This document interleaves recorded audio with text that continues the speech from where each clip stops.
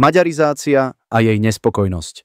Ako Uhorsko spravovalo svoje menšiny v dvojmonarchii.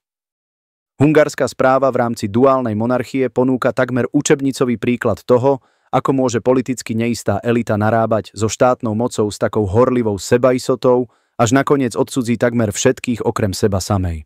Keď v roku 1867 vzniklo Rakúsko-Uhorsko, uhorská polovica vyšla ako víťaz. Po stáročiach habsburskej dominancie si maďarská politická trieda konečne zabezpečila kontrolu nad krajinami Svetoštefanskej koruny.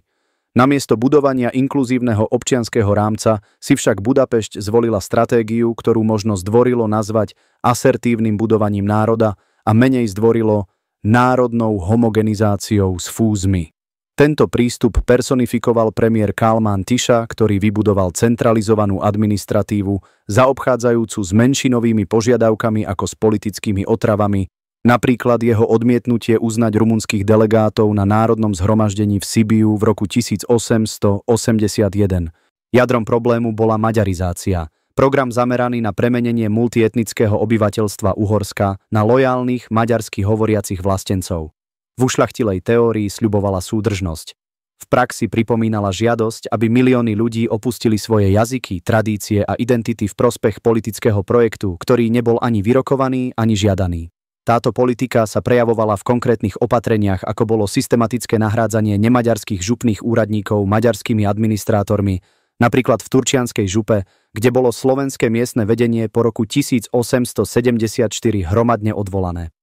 Obzvlášť tvrdo sa postupovalo voči Slovákům, Rumunom, Srbom, Rusínum a Chorvátum, ktorí dohromady prevyšovali počet Maďarov v mnohých regiónoch, najmä v Sedmohradsku, kde Rumúni podľa rakúskeho sčítania z roku 1850 predstavovali viac než 55% obyvateľstva.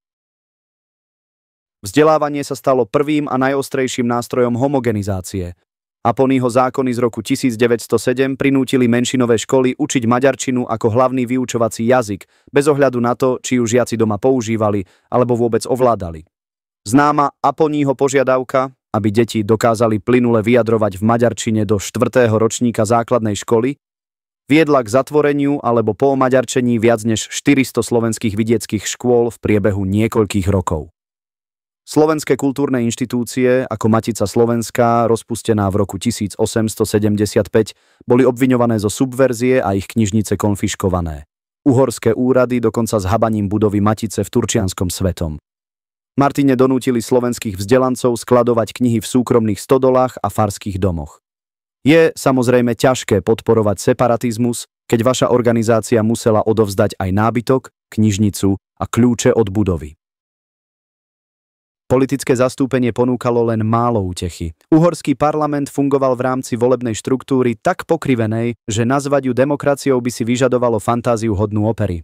Právo voliť malo menej než 6% obyvateľstva, prevažne maďarská pozemková a mestská elita. Sčítacie kategórie pohodlne podporovali prekategorizovanie menšín na Maďarov, najmä Rusínov a Nemcov, prostredníctvom praktiky náboru bilingvných obyvateľov, aby vyhlásili maďarčinu za materinský jazyk, výmenou za nižšie dane alebo administratívne výhody.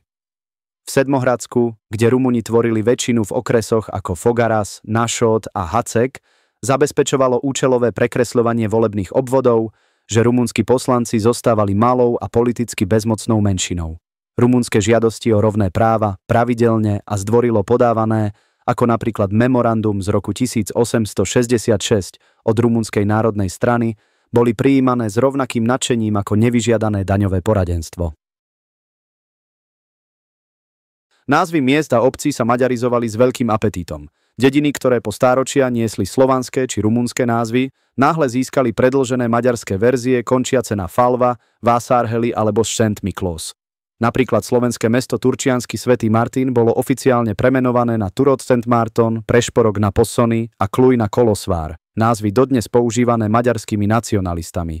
Niektoré premenovania boli také nadšené, že miestni sotva spoznali svoje rodiská. Rumúnsky hovoriaci Abrud sa zmenil na Abrud Báňa, zdôrazňujúc banícke tradície, na ktorých miestnym Rumúnom nikdy nezáležalo. Bol to národný projekt prostredníctvom jazykovej krajiny. V Sedmohradsku sa situácia čoraz viac vyostrovala. Rumúni, najväčšia etnická skupina, sa právne ocitli klasifikovaní len ako trpené národnosti, bez kolektívnych politických práv napriek demografickej dominancii. Sedmohradské memorandum z roku 1892, výstižný a pozoruhodne pokojný dokument opisujúci rumunské krivdy, bolo odmenené v roku 1894 exemplárnym procesom proti jeho autorom v Kolosvári. Ich zločin zdvorilo požiadať, aby s nimi nebolo zaobchádzané ako s dekoratívnymi doplnkami vo vlastnej domovine.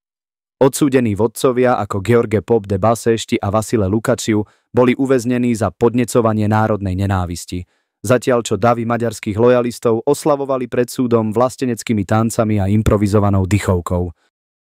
Vzťahy so Slovákmi boli rovnako napäté. Slovenský kultúrny život prežíval najmä prostredníctvom cirkevných sietí a malej diaspóry aktivistov pôsobiacich v Spojených štátoch, napríklad Slovenskej ligy v Amerike, založenej v roku 1907. Uhorská správa sa niekedy správala, ako by slovenský jazyk bol menšia respiračná choroba, poľutovania hodná, pretrvávajúca a najlepšie odstrániteľná pevnými opatreniami verejného zdravia. Zatknutie slovenských kňazov, ako Andreja Hlinku v roku 1906 za podnecovanie protiuhorského sentimentu, ilustruje ochotu vlády potláčať aj mierny kultúrny aktivizmus. Slovenské noviny, vrátane Národných novín, boli cenzurované alebo konfiškované s byrokratickou efektivitou. Zaobchádzanie s Chorvátmi bolo trochu odlišné. Chorvátsko-Slavonsko sa tešilo nominálnej autonómii podľa nagodby z roku 1868, no tento kompromis bol skôr kulisou než realitou. Chorvátsky sabor mal legislatívnu právomoc, no maďarská kontrola nad železnicami, financiami a obchodom vyprázdnila väčšinu tejto autonómie. Keď chorvátsky báň Károly Huen Hedervári vládol tvrdou maďarizačnou rukou v rokoch 1883 až 1903, nahradil chorvátsky hovoriacich úradníkov maďarsky hovoriacimi, čo vyvolalo protesty ako študentské demonštrácie v Záhrebe v roku 1895, počas ktorých bola spálená maďarská vlajka, čin, ktorý mnohým študentom priniesol väzenie.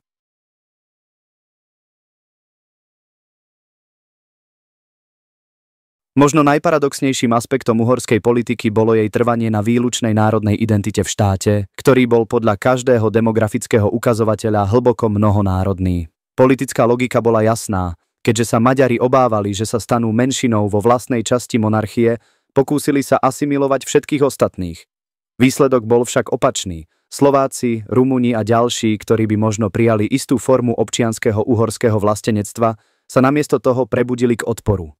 Národné vedomie sa totiž prebúdza najrýchlejšie vtedy, keď je vyhlásené za prekážku. Vzostup kultúrnych spolkov, ako Astra v Sedmohradsku či Slovenská národná strana, ukázal, že represia niekedy identitu skôr hnojí, než ničí. Na začiatku 20. storočia dosiahla Budapešť niečo pozoruhodné.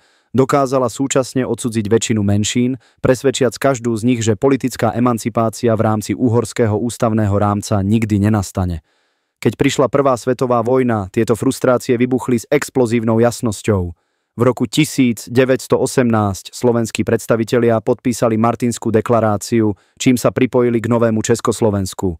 Rumúni vyhlásili zjednotenie na Veľkom národnom zhromaždení Valba Júlia a Chorváti jednoducho opustili monarchiu. Neodmietli len uhorskú vládu, utekali od nej, mávajúc deklaráciami nezávislosti s nadšením študentov unikajúcich z mimoriadne nudnej prednášky.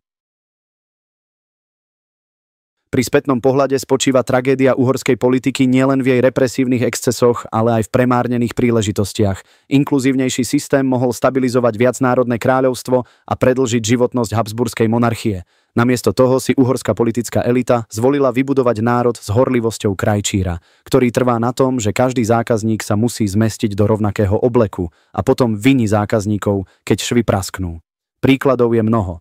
Odmietnutie rumunských návrhov na administratívnu paritu v roku 1905, potláčanie slovenských farských škôl po roku 1898 či zatýkanie rusínskych aktivistov ako Oleksandra Duchnoviča. Historická irónia je neprehliadnutelná. V snahe vytvoriť maďarskejšie Uhorsko podkopala politická trieda samotný štát, ktorý umožnil maďarskú samosprávu. Výsledkom bola lekcia známa študentom dejín impérií. Ak vládnete rôznorodému obyvateľstvu, je múdre presvedčiť svoje menšiny, že patria. Ak to zlyhá, môžu vám jedného dňa vrátiť vašu ústavu, vaše hranice a vaše zemepisné názvy zdvorilo, ale rozhodne, s poznámkou už nepotrebné.